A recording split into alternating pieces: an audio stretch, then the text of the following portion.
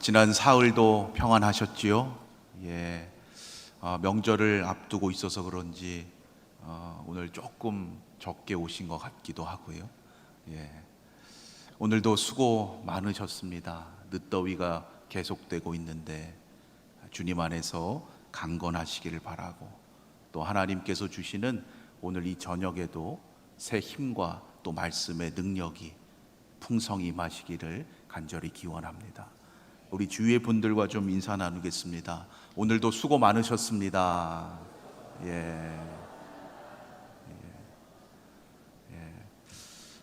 오늘도 오늘인데요, 다음 주가 조금 걱정이 되긴 합니다. 명절 연휴에 그래도 마지막 날이잖아요. 그래서 아마 가셨다가도 돌아오시지 않았을까 해서 다음 주에도 여러분 수요 저녁 예배가 계속 있습니다. 평소에 못 나오셨던 분들도 휴일이니까 마음만 있다면 나오시지 않을까, 저의 기대일 뿐일까요? 근데 공교롭게도 다음 주 우리 시무 장로님들의 특송 순서가 걸렸습니다. 열심히 준비하시는 걸로 아는데 여러분 함께 하셔서 또 귀한 은혜의 자리가 되기를 바랍니다. 지난 시간 나누었던 말씀 여러분 한번 기억해 보시면 좋겠습니다.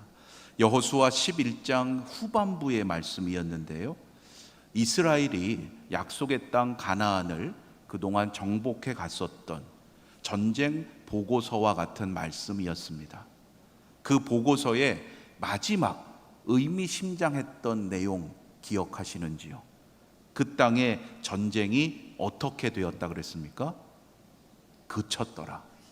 그 땅의 전쟁이 그쳤더라. 이 표현만 보면 전쟁이 그쳤으니까 이제 되었다, 좋은 의미로 생각할 수 있다고 했죠.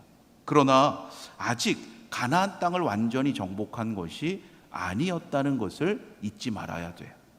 이제부터 이스라엘이 각 지파별로 받게 되는 그 땅에 살아가는 것이 중요하다는 거예요. 그들이 그 땅에 살면서 감당해 가야 할 또 다른 전쟁이 기다리고 있습니다. 그런데 그들은 그 전쟁을 마다하고 벌써 그들 스스로 그 전쟁을 멈추었다라는 뜻이에요. 11장 마지막 구절, 여러분 이러한 의미를 다시금 기억하면서 우리 다시 한번 봉독해 보겠습니다. 11장 마지막 23절 말씀 우리 함께 봉독하겠습니다. 시작. 이와 같이 여호수아가 여호와께서 모세에게 말씀하신 대로 그 온 땅을 점령하여 이스라엘 지파의 구분에 따라 기업으로 주매 그 땅에 전쟁이 그쳤더라. 지금 여호수아가 이스라엘 백성들과 함께 점령해 가고 있는 그 땅은 사실 하나님께서 누구에게 처음 명령하신 겁니까? 모세에게 명령하셨던 거예요. 모세의 수종자로서 여호수아는 그에 이어서 이 정복의 사명을 감당해 가고 있는 겁니다. 이 거룩한 사명이 하나님의 사람 모세로부터 시작된 것임을 잊지 않도록, 오늘 읽지는 않았지만 그래서 여호수아 12장 처음 시작의 내용을 보면, 그래서 모세가 정복한 왕들의 이름을 먼저 소개하고 있는 거예요. 비록 그 왕들이 지리적으로 따지면 가나안 영토를 다스린 것이 아니라 할 수 있지만, 그 모세의 정복이 없었다면 가나안 땅에 이르지 못했을 것이기 때문이죠. 이어서 오늘의 본문인 7절에서부터 이제 여호수아가 그동안 정복했던 땅과 그 가나안 왕들이 소개되는 겁니다. 그 왕들이 모두 몇 명입니까? 31명이라고 마지막에 정리하고 있죠. 그런데 여러분, 성경에서 이러한 긴 명단을 만나면 솔직히 어떠십니까? 야, 흥미롭다, 재미있겠다, 그래서 한 절 한 절 막 관심을 가지고 외우시려고 막 읽으시나요? 아니면 이것도 뭐야, 빨리 어차피 읽어도 모를 거 그냥 빨리 넘어가고 싶은 그런 마음이 들 수 있죠. 그런데 여러분, 성경에 기록된 말씀이라면 우리에게 필요하지 않은 것이 없겠죠. 때로 흥미를 갖기 어려워 보인다 할지라도 여러분, 그냥 아무런 관심 없이 넘어가시면 안 돼요. 이것을 통해서 무엇을 발견할 수 있을까? 그러한 마음을 가지고 여러분 주의 깊게 좀 살펴보시는 그러한 습관을 들여보시길 바라요. 먼저 오늘의 본문 첫 구절 7절 말씀을 먼저 함께 봉독해 보겠습니다. 오늘 본문 첫 구절 7절만 한 절 봉독합니다. 시작. 여호수아와 이스라엘 자손이 요단 이편 곧 서쪽 레바논 골짜기의 바알가데서부터 세일로 올라오는 곳 한락산까지 쳐서 멸한 그 땅의 왕들은 이러하니라. 그 땅을 여호수아가 이스라엘의 지파들에게 구분에 따라 소유로 주었으니. 이게 여기까지인데요. 여호수아가 요단 이편, 즉 서쪽이에요. 요단강의 서쪽에서 쳐 죽인 왕들의 명단을 이야기하겠다는 거예요. 그러니까 요단강의 지리적으로 보면 서편이 이제 가나안 지역이 되는 거죠. 여호수아와 이스라엘 자손이 쳐서 멸한 왕이다 그랬는데, 여러분, 우리 조금 전에 긴 왕들의 명단이라고 해서 31명의 명단이 나왔어요. 그런데 여러분, 좀 이상하지 않습니까? 하나님의 명령은 그 땅을 차지하라라는 것이었어요. 그렇다면 여호수아가 정복한 그 땅을 소개하는 것이 맞는 거 아니에요? 그런데 지금 12장 오늘의 본문에서는 여호수아가 정복한 무엇을 소개하고 있습니까? 쳐 죽인 왕들을 소개하고 있어요. 31명씩이라. 정복한 땅을 소개하는 것과 정복한 왕을 소개하는 것, 엄밀히 말하면 여기에는 큰 차이가 있는 거예요. 어느 땅을 정복했다, 그 땅을 소개하는 것은 그 땅을 정복한 왕도 포함이 됩니다. 그러나 어느 왕을 정복했다고 지금 그 왕을 소개하는 것은 단지 그 왕과 싸워서 이겼다는 것을 말하는 것이지, 그 땅을 온전히 정복했다는 것은 아닐 수 있다는 거예요. 차이점 이해하시죠? 모세의 죽음 이후 지금까지 앞서 성경이 표현한 대로 오랫동안 여호수아가 여러 전쟁을 치루었습니다. 그런데 가나안 땅을 아직 온전히 차지한 것이 아니라는 것을 이 명단으로 나타내고 있는 거예요. 단지 그 땅의 왕들과 싸워서 이겼을 뿐임을 암시하고 있는 거예요. 물론 이것도 놀라운 승리죠. 이스라엘은 아무런 군사력이 없었잖아요. 그러함에도 하나님이 친히 싸워주셔서 막강한 군사력을 가졌던 그 가나안의 모든 왕들을 쳐서 물리쳐 이겼습니다. 우리가 잊지 말아야 할 것은 지금까지의 승리로 인해서 하나님께서 모세에게 주셨던 그 사명을 지금 완전히 완수한 것은 아니라는 거예요. 오늘의 말씀은 바로 그러한 사실을 솔직하게 고백하고 있는 거예요. 왕들의 명단을 통해서. 7절 후반절에 보면 괄호로 된 부분이 있어요. 괄호로 된 부분이 시작되어서 그 내용이 8절까지 다 이어집니다. 이 괄호는 뭐냐? 이 괄호 안에 담긴 내용은 먼저 쓰여진 괄호 없는 부분보다 나중에 추가로 기록되었다는 뜻이에요. 추가로 기록된 내용이 뭡니까? 처음에는 여호수아가 쳐서 멸한 그 왕들을 소개하겠다고 했는데, 나중에 추가된 부분은 이스라엘 지파들에게 소유로 주었던 그 땅을 덧붙인 거예요. 즉 각 지파의 기업으로 그 땅을 골고루 분배해 주었다라는 내용을 여기에다가 추가로 넣은 거죠. 이를 통해서 그동안 여호수아와 이스라엘 자손이 해왔던 그 전쟁은 그 땅을 온전히 점령하는 것이 아니라 먼저 그 가나안 왕들을 물리치는 것이었음을 알 수 있는 거예요. 그 전쟁의 결과물이 바로 오늘 본문에서 길게 기록되어 있는 31명의 왕들이라는 거예요. 분명 그 왕들과의 전쟁에서는 승리했어요. 그러나 아직 그들이 부여받은 정복의 사명은 완수한 것이 아니라는 거예요. 그 땅의 왕들은 쳐서 물리쳤지만 정말 중요한 것은 이제부터 그들이 그 땅에 직접 들어가 살면서 그 땅을 진정 거룩한 땅으로 만들어 가야 하는 사명이 그들에게 남아있다는 거예요. 그 사명을 감당하도록 지파들에게 구분에 따라 소유로 주는 겁니다. 여러분, 땅을 분배해 나누어 준다는 것, 여러분 단순히 아무런 수고 없이 너 이 땅 가져, 그렇게 주는 의미가 아니에요. 앞으로 그 땅에서 너희가 들어가 살면서 그 약속의 땅이 진정 하나님께서 주신 은혜와 복을 누리는 땅이 되도록 거룩한 사명을 감당해 가라는 뜻으로 나누어 주는 거예요. 그러한 내용을 괄호 안에 보충 설명으로 나중에 추가로 넣은 거예요. 그동안의 전쟁은 약속의 땅에 들어왔지만 하나님의 백성으로 진정 살아가기 위한 1차적인 준비의 과정이었음을 우리는 잊지 말아야 돼요. 들어왔다고 다 된 것이 아니라 그랬죠.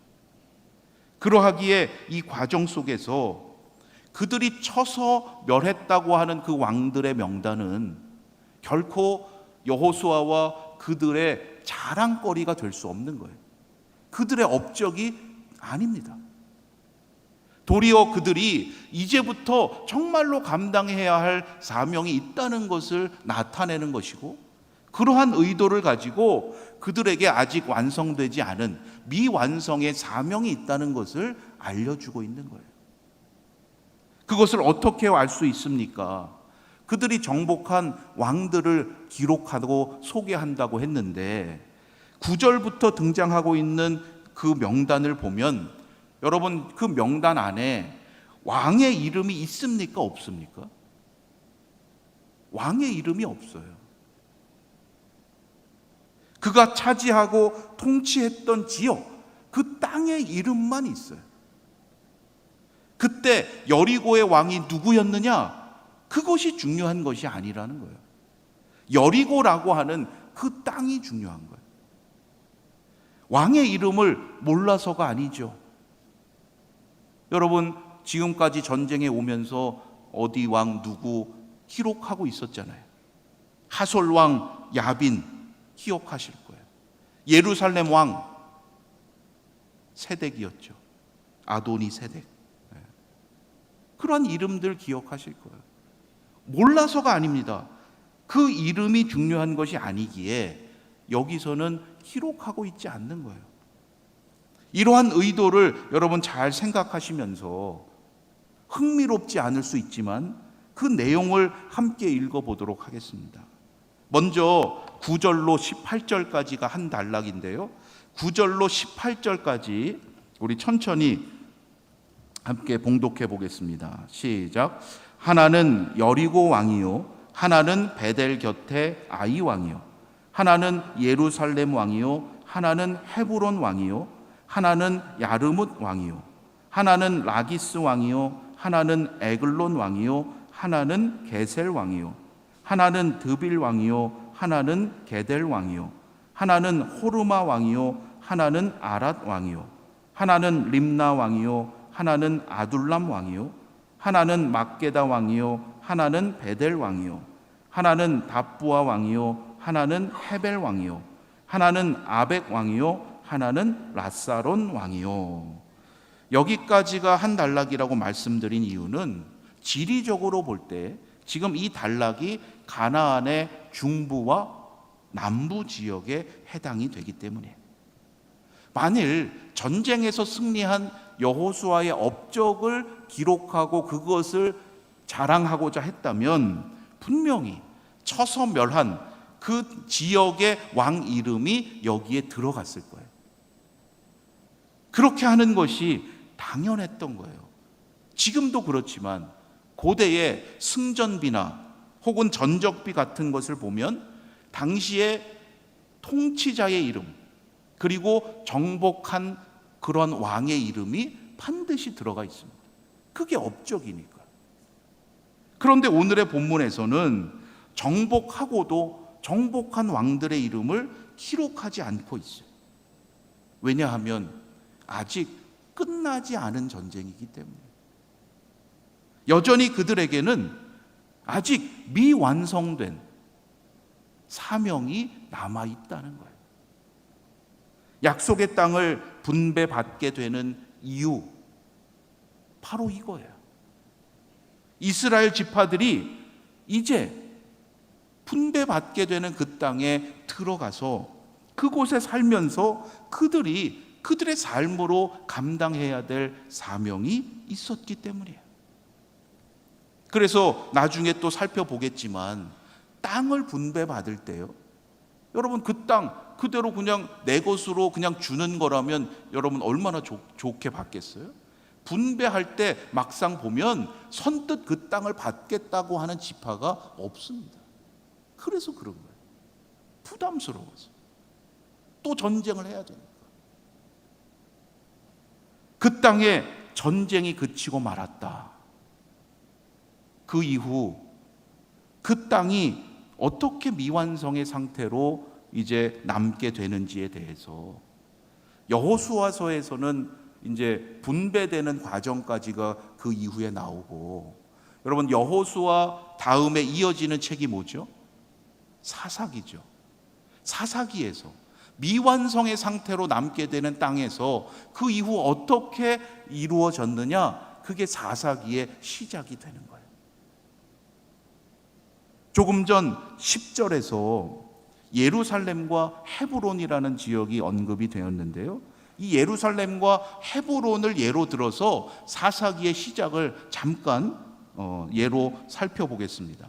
예루살렘과 헤브론이 그 이후에 어떻게 되느냐, 사사기에 나온다 그랬죠. 여러분 몇 장 넘기셔서 사사기 1장을 한번 펴보시기 바랍니다. 그 과정을 사사기 1장에서 전하고 있어요. 사사기 1장 8절로 10절, 사사기 1장 8절로 10절을 먼저 봉독하겠습니다. 시작. 유다 자손이 예루살렘을 쳐서 점령하여 칼날로 치고 그 성을 불살랐으며, 그 후에 유다 자손이 내려가서 산지와 남방과 평지에 거주하는 가나안 족속과 싸웠고, 유다가 또 가서 헤브론에 거주하는 가나안 족속을 쳐서 세세와 아히만과 달메를 죽였더라. 헤브론의 본 이름은 기럇 아르바였더라. 이래 했습니다. 이어서 20절과 21절을 읽어볼게요. 20절과 21절 시작. 그들이 모세가 명령한 대로 헤브론을 갈렙에게 주었더니 그가 거기서 아낙의 세 아들을 쫓아내었고, 베냐민 자손은 예루살렘에 거주하는 여부스 족속을 쫓아내지 못하였으므로 여부스 족속이 베냐민 자손과 함께 오늘까지 예루살렘에 거주하니라. 헤브론을 기업으로 받았던 유다 지파의 갈렙은 여러분 아시는 대로 그의 사명을 완수합니다. 아낙의 세 아들을 쫓아냈고 그 땅을 거룩하게 만들어서 평생토록 그곳에 거주하며 살아요. 반면에 예루살렘은 어떻게 되었습니까? 유다 지파가 점령해서 베냐민 지파에게 주어요. 그런데 베냐민 지파는 예루살렘에 살게 되면서 그곳에 살고 있던 여부스 족속을 쫓아내지 못합니다. 유다 지파의 도움을 받아서 예루살렘에 들어가게 됐지만 그 땅을 받았으면서도 베냐민 지파는 그 약속의 땅을 거룩한 땅으로 만들지 못했다는 거예요. 사사기가 기록되던 그 당시까지도 그곳은 미완성의 상태로 남아있게 되었다는 거예요. 여러분, 지리적으로 약속의 땅에 들어간다고 다 된 것이 아니라고 했죠. 하나님께서 약속하신 그 놀라운 복을 온전히 누리려면 그 땅에 들어가 살면서 하나님 말씀에 순종함으로 거룩한 백성임을 그 사람들에게 나타내야 되는 거예요. 세상 방식과 다른 그 구별된 삶이 바로 그 땅을 거룩하게 만드는 거예요. 여러분, 우리는 착각하면 안 됩니다. 그 땅이 특별해서, 그 땅이 거룩해서 그 사람이 거룩해지는 게 아니에요. 하나님의 백성인 우리가 말씀에 순종하고 믿음으로 살아가면서 그래서 그 땅이 거룩해지는 거예요. 이 거룩함의 역사가 저와 여러분을 통해서 오늘 이 땅에서도 아름답게 나타내고 담대히 증거하게 되기를 간절히 소망합니다. 그 다음 오늘의 본문 19절부터가 가나안 북방 지역에 있었던 왕들이에요. 오늘 본문 19절부터 마지막 24절까지 함께 봉독하겠습니다. 하나는 마돈 왕이요, 하나는 하솔 왕이요, 하나는 시므론 무론 왕이요, 하나는 악삽 왕이요, 하나는 다낙 왕이요, 하나는 무깃도 왕이요, 하나는 게데스 왕이요, 하나는 갈멜의 용르암 왕이요, 하나는 돌의 높은 곳의 돌 왕이요, 하나는 길갈의 고임 왕이요, 하나는 디르사 왕이라 모두 31 왕이었더라. 므낫세 지파는 여기서 21절과 23절에 공통적인 지역의 명칭이 나오는데요. 21절과 23절에 다낙, 무깃도, 돌, 이 세 지역의 공통점이 므낫세 지파에게 기업으로 주어지게 되는 땅입니다. 요단을 건너기 전에 요단 동편에 이미 남은 므낫세의 반이 있었어요. 그러니까 그거를 므낫세 반 지파라고 하는 겁니다. 반 지파가 뭡니까? 므낫세 반 전체가 이름이 아니고요. 므낫세 지파의 반이 요단 동쪽에 먼저 남아서 그걸 므낫세 반이라고 부르고, 나머지 반은 서쪽 요단을 건너서 오게 돼요. 그 요단을 건넌 나머지 므낫세 반 지파가 이제 다낙, 무깃도, 돌이라는 지역을 받게 된다는 거예요. 그들이 이후에 그 땅에 살아가면서 그들에게 주어진 거룩한 사명을 온전히 감당했을까요? 못했을까요? 여러분, 말씀을 아시니까 잘 못하죠. 감당하지 못하죠. 사사기 1장 다시 넘어가서 보겠습니다. 사사기 1장 27절과 28절에서 그들의 그 이후의 삶을 이야기해요. 사사기 1장 27절, 28절, 다낙, 무깃도, 돌이라는 지역 기억하시면서 읽어보겠습니다. 시작.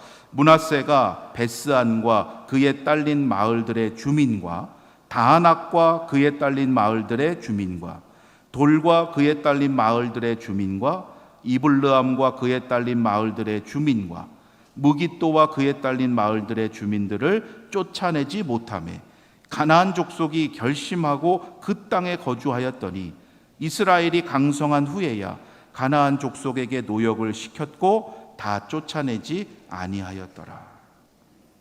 므낫세 지파는 그들에게 주어졌던 그 거룩한 사명을 감당하지 못해요. 오늘의 본문에 기록된 그 세 곳만이 아니라 사사기 1장에 보면 그 외에도 더 여러 지역에서 약속의 땅을 거룩한 땅으로 만들지 못했다는 것을 보고하고 있어요. 그들에게 주어진 사명을 감당하지 못했을 때 그 이후 어떠한 결과가 초래되었습니까? 지금 사사기 1장에서 그거를 말하고 있는 거예요. 그 땅에 살았던 가나안 족속이 어떻게 했어요? 결심하고 그 땅에 거주했어요. 떠나지 않기로 한 거예요. 이스라엘 백성들이 와서 새로 거주하는 걸 보니까 나가지 않아도 되길 만큼 섞여서도 그곳에 남아 살만했다는 이야기예요. 여러분, 교회 다닌다고 해서 믿음의 삶이 확고하지 않으면, 교회 다닌다고 하면서 믿지 않는 사람과 뭔가 다른 모습이 분명하게 보이지 않으면 여러분, 도리어 세상 사람들에게 비웃음 당하는 거예요. 도리어 무시당합니다. 아, 저 사람 교회 다니는 믿음의 삶을 사는 사람이구나 분명하지 않으면, 교회 다닌 것 알면서도 심지어 같이 점 보러 가자 그래요. 교회 다니는 거 알면서도 분명하지 않으면 야, 같이 점 보러 가자. 어떻게 그런 말 할 수 있습니까? 그렇게 보였다는 거예요. 여러분, 혹시 그런 말 들으시면 회개하셔야 돼요. 달라 보여야 되는 거예요. 처음부터 분명해야 돼요. 세상 방식과 다른 믿음의 삶을 살아가고 있음을 분명하게 보여주어야 한다는 거예요. 만일 그러했다면 그들이 므낫세 지파가 와서 살게 되는 그 땅에서 나가지 않았겠습니까? 므낫세 지파가 나중에서야 강성해져서 이 가나안 족속에게 노역을 시키기는 했지만 이미 때는 늦었다는 거예요. 떠나지 않았다는 거예요. 완전히 쫓아내지 못함으로써 그들 역시 약속의 땅을 만드는 그 사명을 온전히 감당하지 못했습니다. 다른 지파들도 다 마찬가지. 다 대동소이합니다. 처음 그 땅에 들어갈 때는 모세의 명령을 기억하고 여호수아와 힘을 합쳐서 가나안의 왕들은 물리쳤어요. 하지만 그 이후로 그 땅에 살아가게 되면서 그들이 이루어야 할 거룩함의 사명을 완수하지 못해요. 그러한 상태로 그 약속의 땅에서 그만 스스로 전쟁을 멈추었고, 결국 그들은 약속의 땅에서 하나님께서 주시고자 했던 그 축복을 누리지 못하고 결국 그들이 쫓겨나게 되는 거죠. 여러분, 오늘 우리의 삶을 어떠한지 돌아봐야 할 줄로 믿습니다. 혹시 나에게도 미완성의 사명이 있는데 여러분, 그것을 알면서도 하루하루 미루고 있지 않습니까?